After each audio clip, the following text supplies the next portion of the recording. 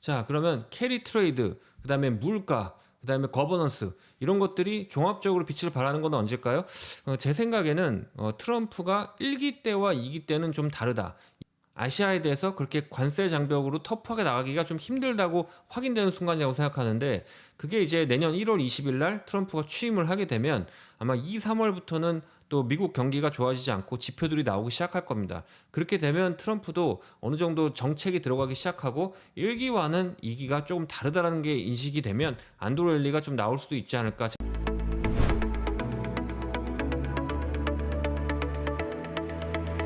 국장이 계속 끝도 없이 내려가는 이유는 외국인이 팔기 때문입니다. 그럼 외국인은 최근에 왜 계속 팔고 있냐? 제일 첫 번째는 결국은 트럼프 당선입니다. 트럼프 당선과 우리나라 증시가 뭐가 연관이 되냐면, 우리나라는 수출 주도의 경제 국가입니다. 그렇기 때문에 글로벌 무역이 활성화돼야 혜택을 받을 수 있는 입장이고, 또 제가 시뮬레이션을 해봐도 우리의 수출, 그 다음에 무역 수지와 우리나라 증시는 굉장히 연관성이 높습니다. 그런데 외국인들 입장에서 트럼프 1기 때를 보니까 트럼프가 자꾸 관세를 인상하려고 그러고 무역 질서를 깨려고 하는 모습이 보였고, 거기에 가장 안 좋은 나라 중에 하나가 한국이라는 인식이 강합니다. 하지만 저는 트럼프 2기 때는 1기 때랑 다를 수 있다고 봅니다. 왜 그러냐면 일론 머스크 때문이죠. 일론 머스크 입장에서는 테슬라 생산량의 40% 이상이 중국입니다. 그리고 규모의 경제를 달성하려면 중국이 머스크에게는 굉장히 중요합니다. 트럼프의 책사가 머스크가 됐기 때문에 중국과의 직접적인 충돌에 어느 정도 완충 역할을 할 거라고 생각합니다. 그리고 트럼프 2기 때는 트럼프 1기 때와 완전히 상황이 다릅니다. 트럼프 1기 때는 미국이 디플레이션에 걱정을 하고 있었기 때문에 아무리 관세를 인상하고 글로벌 무역 질서를 해치려고 해도 어느 정도 미국 경제가 물가에 대한 걱정이 없었습니다. 하지만 이번에 트럼프가 당선됐을 때 제일 큰 기여를 한 게 바로 히스패닉입니다. 히스패닉이 전통적인 민주당 지지층인데 이번에 꽤 많이 트럼프를 지지했어요. 근데 제가 로컬 뉴스를 찾아보면 히스패닉이 왜 트럼프를 지지했냐, 그 이유 중에 1번이 물가입니다. 아무래도 히스패닉은 미국에서 굉장히 부유층은 아니라고 할 수가 있기 때문에 물가가 올랐을 때 가장 타격을 받는 계층이라고 할 수 있습니다. 히스패닉의 잡을 보면 거의 몸쓰는 일이 대다수입니다. 제1위 컨스트럭션이고요. 두 번째가 서비스업입니다. 이번에 트럼프가 인터뷰할 때 불법 이민으로 넘어오는 남미 쪽의 사람들이 흑인들의 잡을 가져간다고 했을 때 앵커가 그런 공격을 했습니다. What is black job? 그러니까 한마디로 흑인들은 몸이나 쓰는 일을 하는 거냐, 이렇게 반문을 했었던 거죠. 물론 트럼프는 그냥 그건 블랙 잡은 블랙 피플들이 일하는 잡이다, 이렇게 얘기를 했지만, 어찌 됐건 미국에서 히스패닉은 대부분 노동 일을 많이 하고, 그리고 물가에 굉장히 취약한 계층이 대부분입니다. 그리고 여론조사에서 보면 트럼프를 지지한 가장 큰 이유가 결국은 물가 때문이라는, 그러니까 트럼프가 물가를 잡을 수 있다는 기대감 때문이었습니다. 그렇다면 트럼프의 지금 정책은 해리스의 정책보다 월등하게 물가를 인상하는 요인이 많습니다. 그런데 트럼프가 대선의 1등 공신인 히스패닉 층의 바람을 모르고 있을까요? 저는 아니라고 봅니다. 그렇기 때문에 트럼프 2기는 트럼프 1기 때와는 좀 다르게 글로벌 무역에 대해서 약간 유연한 스탠스를 취할 수 있다고 봅니다. 자, 두 번째는 캐리 트레이드입니다.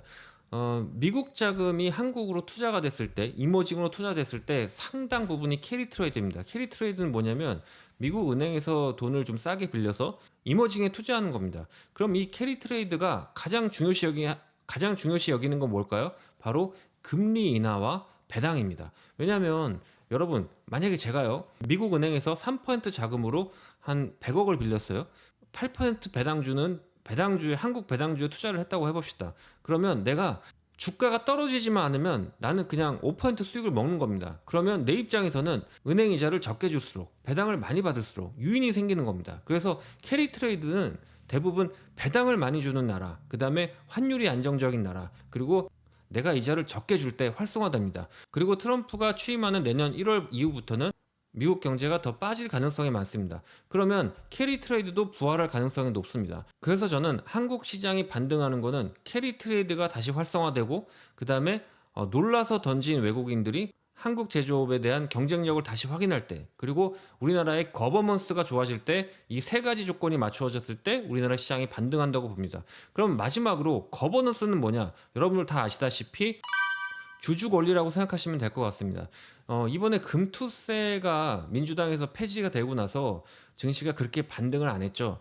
제가 누차 말씀드렸지만 금투세 폐지는 굉장히 중요하지만 그게 증시의 키포인트는 아니다. 상법 개정안까지 돼야 된다라고 말씀드렸는데요. 자, 그러면은 저는 상법 개정안을 바라고 있는 걸까요? 저는 바라고 있지 않습니다. 왜냐하면 상법 개정안은 기업에 굉장한 부담을 주기 때문입니다. 하지만 지금까지 한국의 기업들은 어땠죠? 상법 개정안이 아니었으면, 상법 개정이 아니라면 지금까지 투자자들한테 정말 우대하고 있을까요? 미국 기업들의 주주 환원율은 한국의 6배에 달합니다. 저는 상법 개정안은 어떻게 보면 정당 방위에 가깝다고 생각을 합니다. 상법 개정안은 안 돼야 하지만 이미 대주주들이 소액주주 가치를 이렇게 무시하는 상황에서는 어쩔 수가 없다고 생각합니다. 그렇다면 상법 개정안이 되면 왜 외국인들이 다시 돌아올 가능성이 많을까요? 자, 첫 번째는 배당을 많이 주기 때문에 캐리 트레이드가 들어올 가능성이 많고요. 두 번째는 미국계 자본들이 들어와서 M&A를 할 가능성이 많기 때문입니다. 그러면 외국계 투기 자본이 들어와서 M&A를 막 하면 나쁜 걸까요?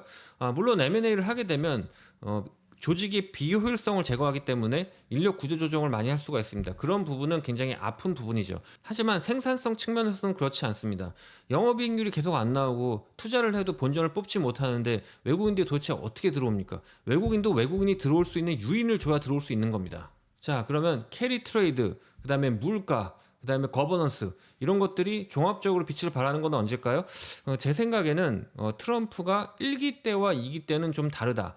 아시아에 대해서 그렇게 관세 장벽으로 터프하게 나가기가 좀 힘들다고 확인되는 순간이라고 생각하는데 그게 이제 내년 1월 20일 날 트럼프가 취임을 하게 되면 아마 2, 3월부터는 또 미국 경기가 좋아지지 않고 지표들이 나오기 시작할 겁니다. 그렇게 되면 트럼프도 어느 정도 정책이 들어가기 시작하고 1기와는 2기가 조금 다르다라는 게 인식이 되면 안도 랠리가 좀 나올 수도 있지 않을까 제가 생각해 보고 있고요. 장기적으로는 미국 시장이 여전히 좋다고 생각합니다. 하지만 국장도 그렇게 나쁜 것만 있는 것은 아닙니다. 특히 지금 국장은 너무 싸기 때문에 어느 정도는 포트에 담아서 존버하는 것도 괜찮을 것 같습니다. 저는 개인적으로 미국장 6에 한국장 4 정도가 지금 지수 상황에서 적절하지 않을까 싶습니다.